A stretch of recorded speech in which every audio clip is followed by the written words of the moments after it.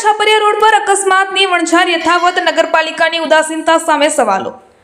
સાબરકાંઠાના છાપરિયા રોડ પર આવેલા અનંતેશ્વર મહાદેવ મંદિર પાસે વધુ એક અકસ્માત થતા સ્થાનિક લોકોમાં ભય અને રોષનો માહોલ છે। રોડ ક્રોસ કરી રહેલા બે બાઇક ચાલકો સામસામે ટકરાયા હતા, જેમાં બંને બાઇક ચાલકોને શારીરિક ઈજાઓ થઈ છે। આ અકસ્માતના સીસીટીવી ફૂટેજ પણ સામે આવ્યા છે, જેમાં જોઈ શકાય છે કે બેફામ ગતિએ વાહનો ચલાવવાને કારણે આ ઘટના બની છે। આ વિસ્તારમાં અકસ્માતની આ કોઈ પહેલી ઘટના નથી। અગાઉ પણ અહીં ઘણા અકસ્માતો થઈ ચૂક્યા છે, જેના સીસીટીવી ફૂટેજ પણ સામે આવી ચૂક્યા છે। સ્થાનિક લોકોના જણાવ્યા મુજબ અનંતેશ્વર મહાદેવ મંદિર પાસેનો વળાંક અને વાહનોની બેફામ ગતિ અકસ્માતનું મુખ્ય કારણ છે। થવાનો ભય વધી જાય છે।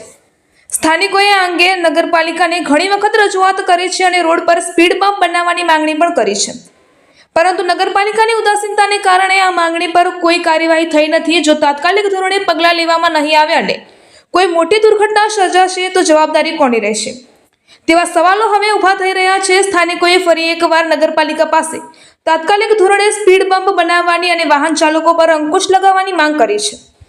રાજકમલસિંહ પરમાર, ભારતની અસ્મિતા, સાબરકાંઠા।